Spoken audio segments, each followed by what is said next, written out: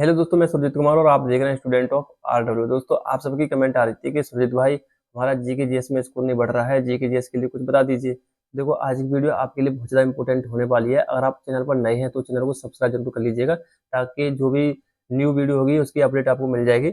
और देखो, आज की वीडियो से आपका जीके जीएस में मैं गारंटी ले रहा हूँ, आप 10 से नीचे नहीं जाओगे, 14-15 क्वेश्चन इजीली बना दोगे।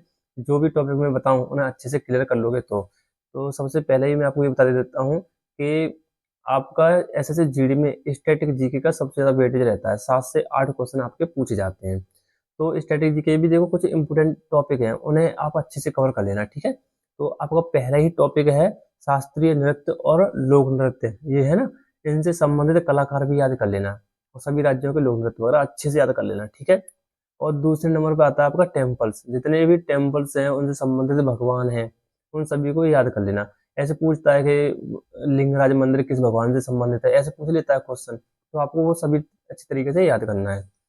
और आपका एक है बुक और लेखक। बुक और लेखक का एक टॉपिक होता है, वो आपको याद करना है, क्वेश्चन जरूर आता है।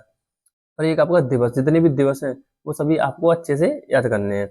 और आपका एक है वाद्य यंत्र और इनसे संबंधित कलाकार। जितने भी वाद्य यंत्र है, जैसे ढोलक, शहनाई या बांसुरी, इनसे संबंधित जितने भी कलाकार हैं ना, वो सभी आपको याद करने हैं।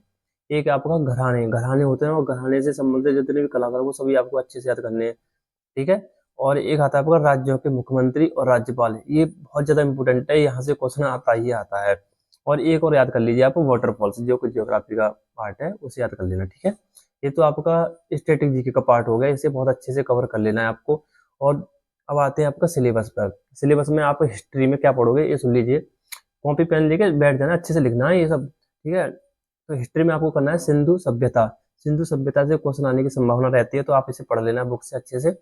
और एक आपका वहां से देखो, आपका जैन धर्म और बौद्ध धर्म जो होता है, इन टॉपिक से क्वेश्चन आता ही आता है, ये समझ लो। किसी ना किसी शिफ्ट में आपको देखने को मिल जाएगा, तो आपको पढ़ लेना है वो।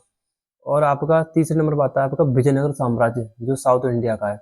इस विजयनगर साम्राज्य का पढ़ लेना है, यहाँ से क्वेश्चन आने की प्रबल संभावना रहती है, तो आपको ये भी कर लेना है। और आपका एक है अंग्रेजों से संबंधित, जितने प्लासी का युद्ध, बक्सर का युद्ध, जितने भी युद्ध वगैरह थे अंग्रेजों से संबंधित, ईस्ट इंडिया कंपनी वगैरह, ये सभी आपको याद कर लेना है। आगमन वगैरह इनका सब कुछ याद कर लेना है। और पांचवें नंबर पर आता है कांग्रेस की स्थापना और कांग्रेस के अधिवेशन जो है कहाँ कहाँ पर हुए हैं, इन्हें भी अच्छे से देख लेना, यहाँ से क्वेश्चन आने की संभावना जरूर रहती है। और एक आता है आपका समाज। जितने भी समाज है ना, आर्य समाज, ब्रह्म समाज, इनकी स्थापना और इनके संस्थापक जो जितने भी थे, उन सबको अच्छे से पढ़ लेना, ठीक है।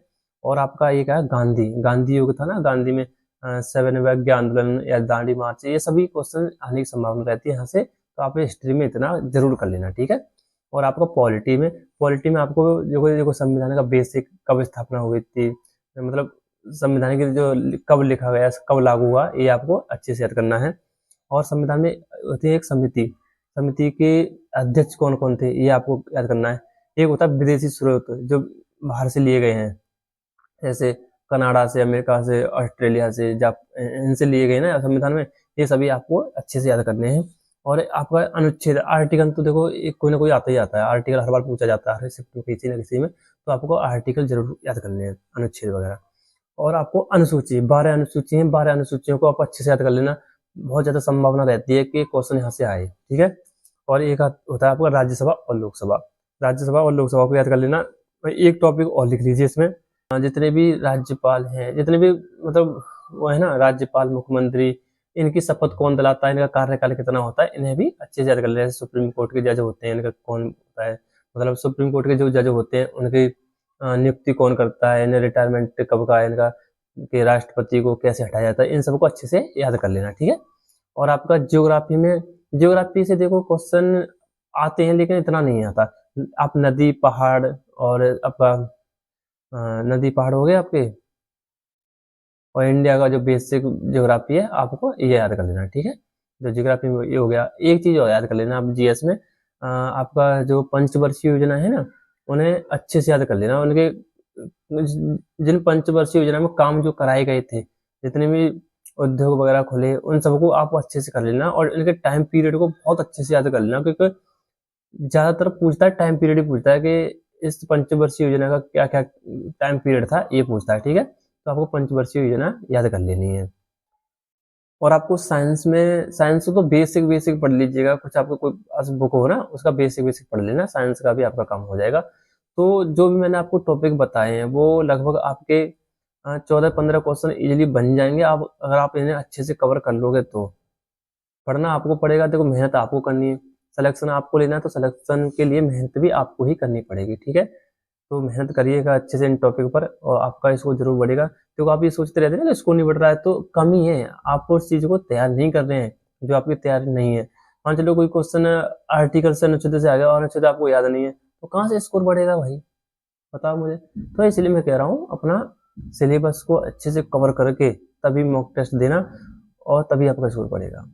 और जो टॉपिक मैंने आपको जीएस के लिए बताया ना उन्हें कर लेना, ये मतलब निचोड़ है, इनसे क्वेश्चन आने की बहुत ज्यादा संभावना रहती है, आप इन्हें याद कर लेना। तो आज के लिए इतना ही, धन्यवाद। अगर आप चैनल पर नए हैं तो चैनल को सब्सक्राइब करके जरूर जाना, ठीक है।